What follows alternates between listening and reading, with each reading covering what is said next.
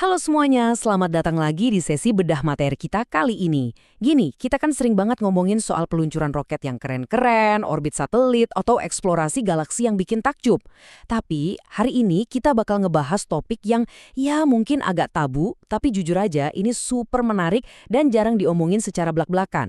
Kita bakal ngebahas soal kelangsungan hidup manusia itu sendiri.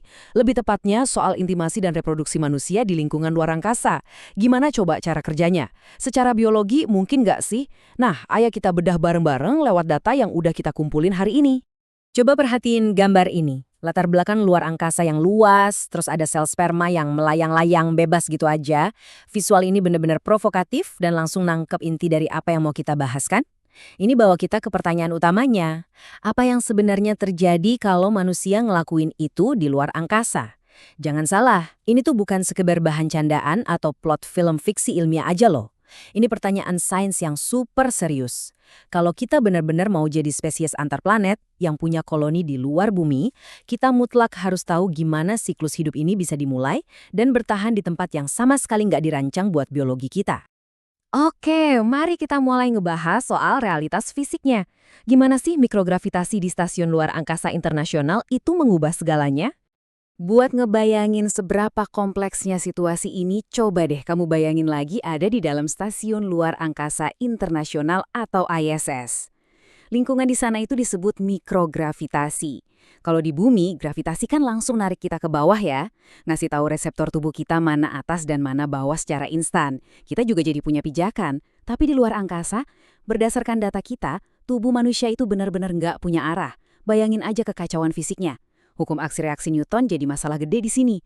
Setiap kamu ngasih sedikit aja dorongan, kamu dan pasangan bakal langsung terpelanting melayang ke arah yang berlawanan. Nggak mungkin bisa diam di satu tempat tanpa pegangan erat ke sesuatu yang solid. Dan yang bikin proses reproduksi makin repot, cairan itu melayang bebas. Nggak ada gravitasi yang narik cairan ke bawah atau nahan di tempatnya. Jadi keringat, air mata, dan cairan biologis lainnya bakal ngebentuk gelembung-gelembung yang melayang bebas di udara kabin. Benar-benar tarian fisika yang membingungkan banget. Nah, dari fisik yang makro tadi, kita masuk ke bagian kedua.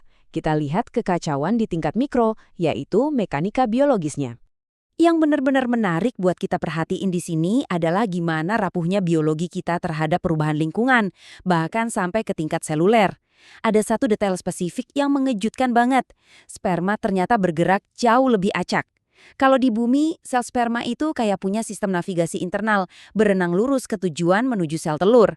Seringnya pergerakan ini dibantu sama struktur organ reproduksi dan gravitasi. Tapi tanpa gravitasi, mereka tuh beneran kebingungan. Mereka cuma melayang-layang, muter-muter dalam lingkaran kecil dan bergerak tanpa tujuan. Agak lucu sih kalau dipikir-pikir, kayak GPS internal mereka mati total gara-gara kehilangan arah. Tapi, dalam konteks buat keberhasilan reproduksi, ini tuh kegagalan mekanis yang fatal banget. Pembuahan alami itu sangat butuh pergerakan yang lurus dan terarah. Kalau sel-sel kehidupan ini nggak tahu harus pergi kemana, peluang terjadinya pembuahan langsung anjlok drastis. Terus pertanyaannya, kenapa ini jadi sangat berbahaya? Di bagian ini kita bakal ngebahas resiko utamanya, yaitu ancaman radiasi dan biologi. Jadi gini, kita dihadapin sama dua sisi realitas yang beda banget. Secara teori, aktivitas fisik untuk intimasi di luar angkasa itu ya mungkin-mungkin aja bisa dilakuin. Manusia itu kan makhluk yang adaptif banget ya. Secara mekanis, mungkin para astronot bisa bikin semacam sabuk khusus atau nyari cara inovatif biar tubuh nggak saling melayang. Tapi di sisi lain, realitas ruang angkasa yang keras ini bawa risiko fundamental yang nggak bisa diselesain cuma pakai sabuk pengaman. Kita ngomongin ancaman radiasi kosmik galaksi dan badai matahari. Kalau di bumi, atmosfer dan medan magnet kita itu bertindak kayak tameng raksasa. Tapi di luar angkasa partikel radiasi berenergi tinggi ini gampang banget nembus dinding pesawat dan tubuh manusia. Ini secara langsung ngancam dan bisa ngerusak DNA sel kita. Belum lagi hilangnya tarikan gravitasi bikin gangguan biologi yang parah banget. Tulang kehilangan kalsium, aliran darah berubah. Dan buat embrio yang berkembang di lingkungan tanpa bobot, itu berpotensi memicu cacat janin atau kegagalan kehamilan ektopik.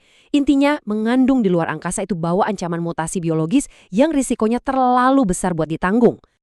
Ini ngebawa kita ke bagian selanjutnya, sebuah misteri besar yang belum terjawab. Jadi, poin krusialnya itu ada di sini. Ini semua masih jadi misteri besar yang belum terjawab. Kalimat ini tuh benar-benar pas buat ngegambarin posisi umat manusia sekarang. Kenapa? Karena sains kita belum punya data langsungnya.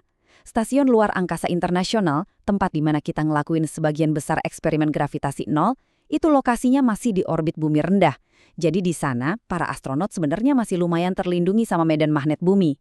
Kita belum punya subjek tes manusia jangka panjang di luar angkasa dalam, karena masalah etika medis dan logistik yang mustahil buat diabaikan saat ini. Terlepas dari semua kemajuan teknologi kita yang luar biasa, roket yang bisa mendarat sendiri, teleskop inframerah yang canggih, konsekuensi pasti dari mencoba menyatukan sel, bereproduksi, dan membesarkan kehidupan baru di tengah badai radiasi kosmik itu masih jadi zona abu-abu yang super besar. Sains biologi luar angkasa kita saat ini benar-benar belum bisa ngasih jaminan keamanan sekecil apapun. Dan ini ninggalin satu pertanyaan provokatif buat kita pikirin bareng-bareng di akhir paparan kita. Akankah umat manusia pada akhirnya bisa ngelewatin hambatan biologis yang luar biasa ini buat bereproduksi di antara bintang-bintang? Kalau kita benar-benar punya mimpi buat bikin koloni mandiri di Mars atau ngelakuin perjalanan antar bintang lintas generasi, ini adalah rintangan terbesar yang mutlak harus kita pecahin lebih dulu. Mesin roket yang luar biasa emang bisa ngebawa kita ke sana, dan alam semesta mungkin udah nungguin kita, tapi biologi kita lah yang pegang kunci pintunya. Terima kasih banyak ya udah ikut ngebedah misteri ini bareng saya hari ini. Teruslah bereksplorasi, teruslah bertanya, dan sampai jumpa di sesi bedah materi kita selanjutnya.